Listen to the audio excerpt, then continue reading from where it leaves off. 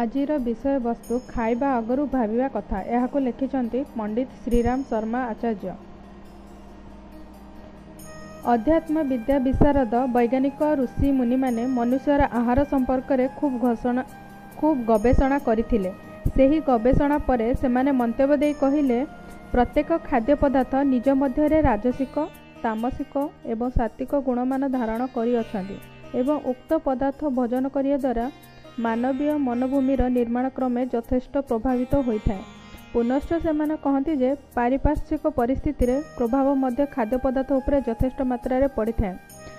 ଦୁଷ୍ଟ, କଦର୍ଯ୍ୟ ତଥା ହୀନ ମନୋଭାବଯୁକ୍ତ ବ୍ୟକ୍ତି ଦ୍ୱାରା ପ୍ରସ୍ତୁତ ହୋଇଥିବା ଭୋଜନରେ ପ୍ରସ୍ତୁତକାରୀର ସମସ୍ତ ଦୁର୍ଗୁଣ ଭରି ରହିଥାଏ।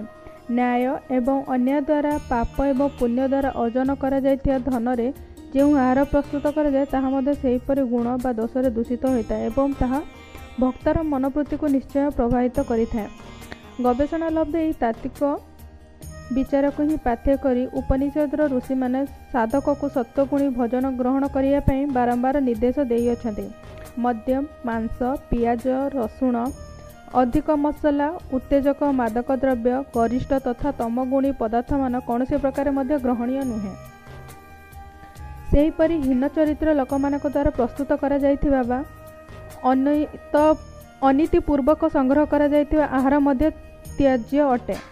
ଏହି ବିଚାର ପ୍ରତି ସଚେତନ ରହି ଜୀବନ ଧାରଣ କରିବା ପାଇଁ ଯେଉଁ ଅନ୍ନ ଔଷଧ ଆକାରରେ ଈଶ୍ୱରୀୟ ପ୍ରସାଦ ଜ୍ଞାନ କରି ଗ୍ରହଣ କରାଯାଏ ତାହା ଶରୀର ଏବଂ ମନରେ ସତ୍ତ୍ୱଗୁଣୀ ସ୍ଥିତି ଉତ୍ପନ୍ନ କରେ ଏବଂ ତାହାରି ଆଧାରରେ ହିଁ ଜୀବନରେ ପ୍ରସନ୍ନତା ତଥା ଶାନ୍ତି ଲାଭ କରାଯାଇପାରେ।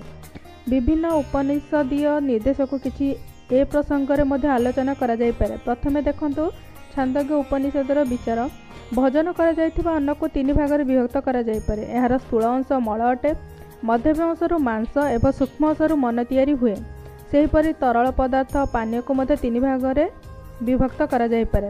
ସ୍ଥୂଳ ଭାଗଟି ମୂତ୍ର, ମଧ୍ୟମ ଭାଗଟି ରକ୍ତ ଏବଂ ସୂକ୍ଷ୍ମ ଭାଗଟି ପ୍ରାଣର ଆଧାର ଅଟେ। ହେ ସୌମ୍ୟ, ମନ ଅନ୍ନମୟ ଅଟେ, ପ୍ରାଣ ଜଳମୟ ଏବଂ ବାକ୍ୟ ତେଜମୟ ଅଟେ। ଏହି ଉପନିଷଦରେ ଅନ୍ୟତ୍ର ଋଷି କହିଛନ୍ତି, ଅନ୍ନ ହିଁ ବଳ ଅପେକ୍ଷା ଶ୍ରେଷ୍ଠତର, କାରଣ ଅନ୍ନ ପ୍ରାପ୍ତି ନ ହେଲେ ପ୍ରାଣୀର ସମସ୍ତ ଶକ୍ତି କ୍ଷୀଣ ହୋଇଯାଏ ଏବଂ ପୁନଃ ଅନ୍ନ ଗ୍ରହଣ କରିବା ଦ୍ୱାରା ହିଁ ସେ ନଷ୍ଟ ଶକ୍ତିର ବିକାଶ ସାଧିତ ହୁଏ।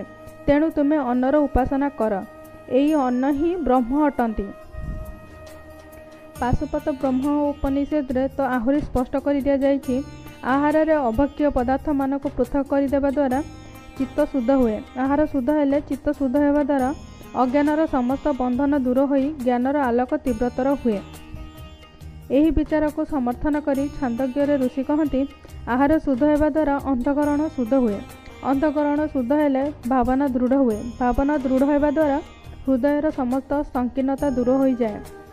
ତୈତ୍ତରୀୟ ଉପନିଷଦରେ ଏ ସମ୍ପର୍କରେ ଅନେକ ଆଲୋଚନା କରାଯାଇଛି ଏବଂ ଆତ୍ମକଲ୍ୟାଣ କାମନା କରୁଥିବା ସାଧକମାନଙ୍କୁ ଆହାର ଶୁଦ୍ଧି ପ୍ରତି ଯତ୍ନଶୀଳ ହେବାକୁ ନିର୍ଦ୍ଦେଶ ମଧ୍ୟ ଦିଆଯାଇଛି।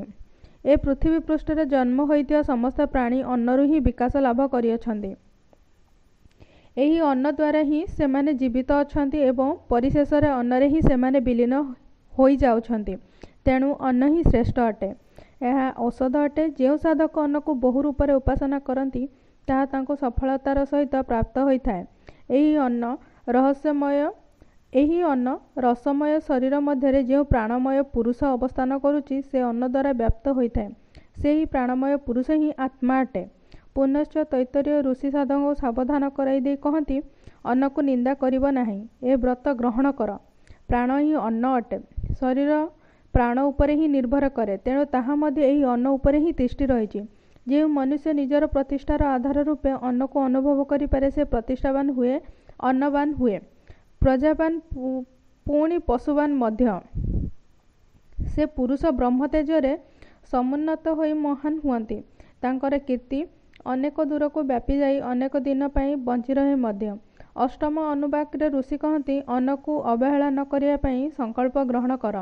ଅନ୍ନ ବୁଦ୍ଧି କରିବା ହିଁ ତୁମର ଧ୍ୟେୟ ହେଉ। ସବୁଠାରୁ ମଜା କଥା ହେଲା, ଋଷି ଯେତେବେଳେ ଅନ୍ନର ବ୍ୟାପକ ତଥା ମହାନ ଦିବ୍ୟ ରୂପ ଦର୍ଶନ କରି ତନ୍ମୟ ହୋଇ ଯାଇଛନ୍ତି ସେତେବେଳେ ସେ ବିହ୍ୱଳ କଣ୍ଠରେ ଚିତ୍କାର କରି ଉଠିଲେ, ହାଉବୁ ହାଉବୁ ହାଉବୁ ଅହଂ ମନ୍ନ ଅହଂ ମନ୍ନ ଅହଂ ମନ୍ନମ୍ ଅହଂ ମନ୍ନାଦଃ ମନ୍ନାଦ ଇହ ମନ୍ନଦଃ। ହସନ୍ତୁ ନାହିଁ, ଋଷି କହୁଛନ୍ତି, ଆଶ୍ଚର୍ଯ୍ୟ ଆଶ୍ଚର୍ଯ୍ୟ ଆଶ୍ଚର୍ଯ୍ୟ।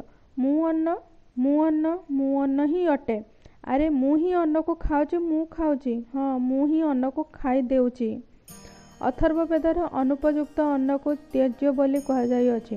ପ୍ରାଚୀନ କାଳରେ ପ୍ରତ୍ୟେକ ବ୍ୟକ୍ତି ଭୋଜନ ଗ୍ରହଣ କରିବା ପୂର୍ବରୁ ତାହା କିପରି ନ୍ୟାୟରେ ବା ଅନ୍ୟାୟରେ ତିଆରି ହୋଇଛି, ସତ୍ପାତ୍ର ଦ୍ୱାରା ପ୍ରସ୍ତୁତ ହୋଇଛି କି ନାହିଁ ଇତ୍ୟାଦି ପ୍ରତ୍ୟେକ ଦୃଷ୍ଟିକୋଣରୁ ତାହାକୁ ପରୀକ୍ଷା କରୁଥିଲେ। ତହିଁରେ ସାମାନ୍ୟତମ ତ୍ରୁଟି ଦେଖିଲେ ତାହାକୁ ତ୍ୟାଗ କରାଯାଉଥିଲା। କେବଳ ପୁଣ୍ୟ ତଥା ସତ୍ ଉପାୟରେ ସଂଗ୍ରହ କରାଯାଇଥିବା ଅନ୍ନ ହିଁ ଗ୍ରହଣୀୟ ଥିଲା। ତେଣୁ କେଉଁ ବ୍ୟକ୍ତି ପୁଣ୍ୟାତ୍ମା କି ନାହିଁ ତାହା ହିଁ ପରୀକ୍ଷା କରାଯାଉଥିଲା। ଏଥିପାଇଁ ଉଦ୍ଦିଷ୍ଟ ମନ୍ତ୍ର ଦେଖନ୍ତୁ। ସର୍ବୌ ବା ଏସ୍ ଜଗ ପାପ୍ମା ଯସ୍ନାଥି ସ୍ନୋତି।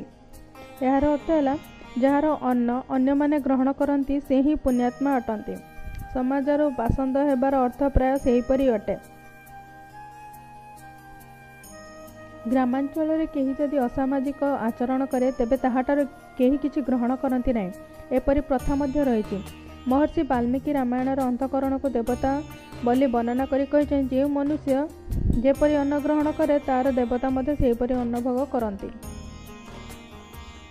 ଦୂଷିତ ଅନ୍ନ ଗ୍ରହଣ କରି ସାଧନା କରିବା ଦ୍ୱାରା ଇଷ୍ଟ ମଧ୍ୟ ଭ୍ରଷ୍ଟ ହୋଇଯାଏ ଏବଂ ଯେଉଁ ପ୍ରକାର ପ୍ରତିଫଳ ଆଶା କରାଯିବା କଥା ତାହା ମଧ୍ୟ ପ୍ରାପ୍ତି ହୁଏ ନାହିଁ।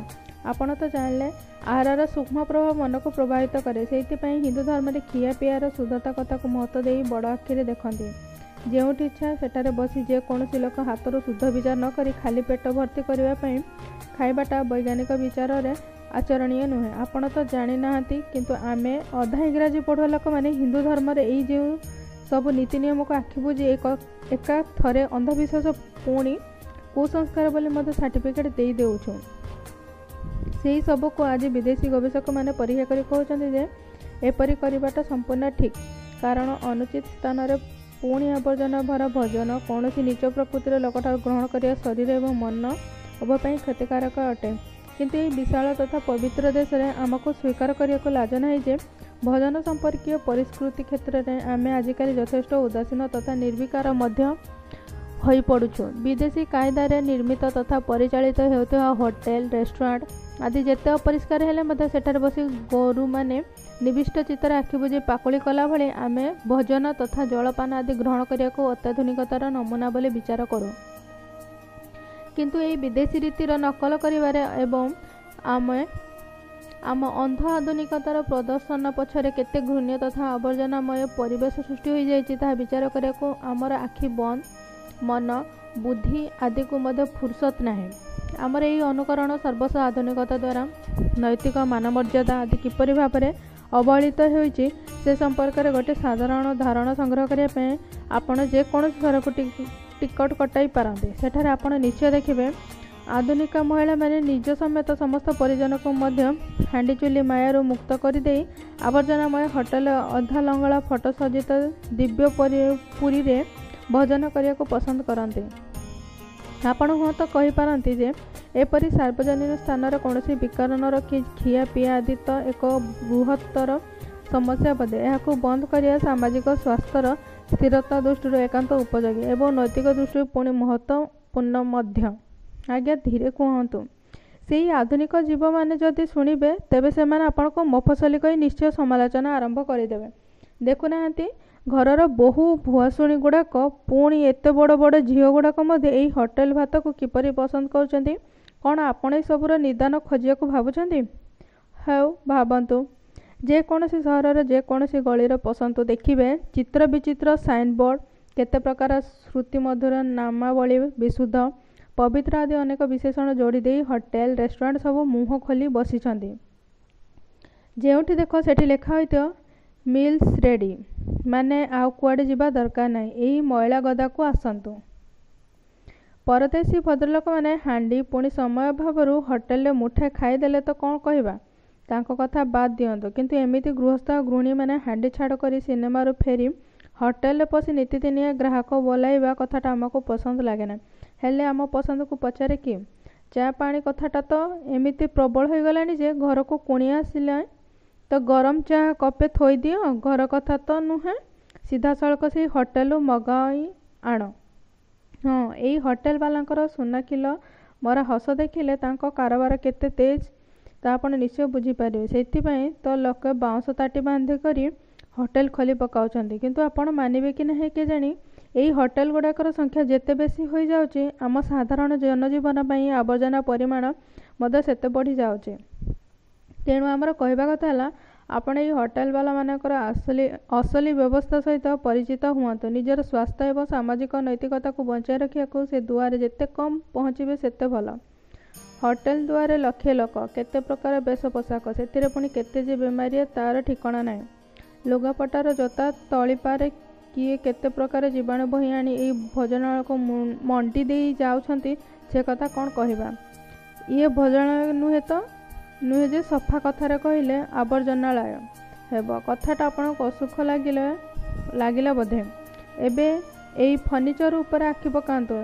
ଲାଭ ସର୍ବସ୍ୱ ହୋଟେଲ ମାଲିକମାନଙ୍କୁ ଏ ବାବଦରେ କିଛି ପଚାରନ୍ତୁ ନାହିଁ।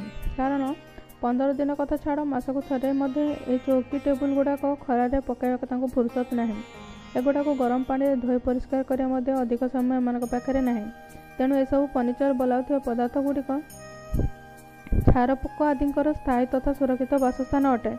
ଗ୍ରାହକମାନଙ୍କ ସଂଖ୍ୟା ପ୍ରତି ନଜର ଦେଲେ ଜଣାଯାଏ, ଏମାନଙ୍କର ଖାଦ୍ୟ ତଥା ପେୟ ମାନବରକ୍ତ ଏମାନଙ୍କୁ ବିନା ପରିଶ୍ରମରେ ପ୍ରାପ୍ତ ହେଉଛି। ସେ କଥା ଛାଡ଼, ଯେତେବେଳେ ଆପଣ ଯାଇ ସେ ଚୌକିରେ ପିଠି ଲଗାଇ ଆରାମ କଲାଭଳି ବସି ଦେଖନ୍ତି ସେ ଟେବୁଲଟାରେ ମଇଳା ଲାଗିଛି, ସେତେବେଳେ ପାଟି କରନ୍ତି ତ ହୋଟେଲ ମାଲିକ ତା ଚାକର ଟୋକାଟାକୁ ଡାକିଦିଏ, ଆରେ ଏ ଟେବୁଲଟା ସଫା କରିଦିଏ ତ। ସେ ଯେଉଁ କନା ଖଣ୍ଡକ ଧରି ସେ ପିଲା ସାଫି ମାରିଦିଏ, ସେ ଖଣ୍ଡକ ଦେଖିଛନ୍ତି? ଅନେକ ଦିନର ପୁରୁଣା ମଇଳା ତଥା ସଙ୍କୁଡ଼ି ଲାଗିଥିବା ସେ କନା ଖଣ୍ଡକ ଯେତେବେଳେ ଟେବୁଲ ଉପରେ ବୁଲି ଆସେ, ସେତେବେଳେ ସେ ଟେବୁଲ ଆହୁରି ଘୃଣିତ ହୋଇଉଠେ।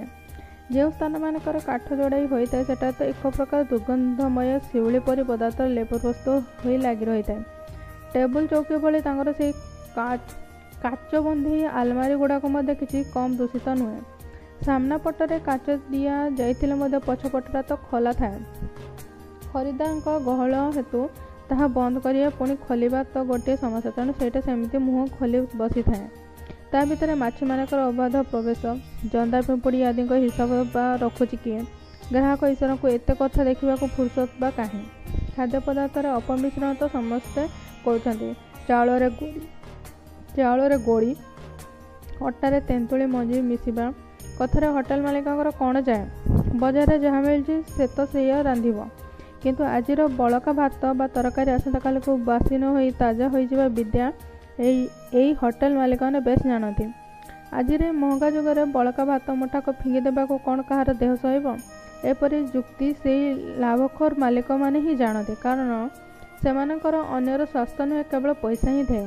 କିନ୍ତୁ ଆମେ ତ ଆଶ୍ଚର୍ଯ୍ୟ ହେଉଛୁ, ବୈଶାଖ ମାସ ଖରାରେ କୋଟ୍ ଟାଇ ପିନ୍ଧା ଏଇ ପାଠୁଆ ବାବୁମାନେ ଏକଥାକୁ ଦେଖୁନାହାନ୍ତି କିପରି? ଗୀତାବନୀ ତ ସ୍ଥିତପ୍ରଜ୍ଞ, ଆହୁରି ପୁଣି ନିର୍ବିକାର ଭାବରେ ଦୁଇଟା ଯାକରେ ବୋଧେ ଏମାନେ ପାସ୍।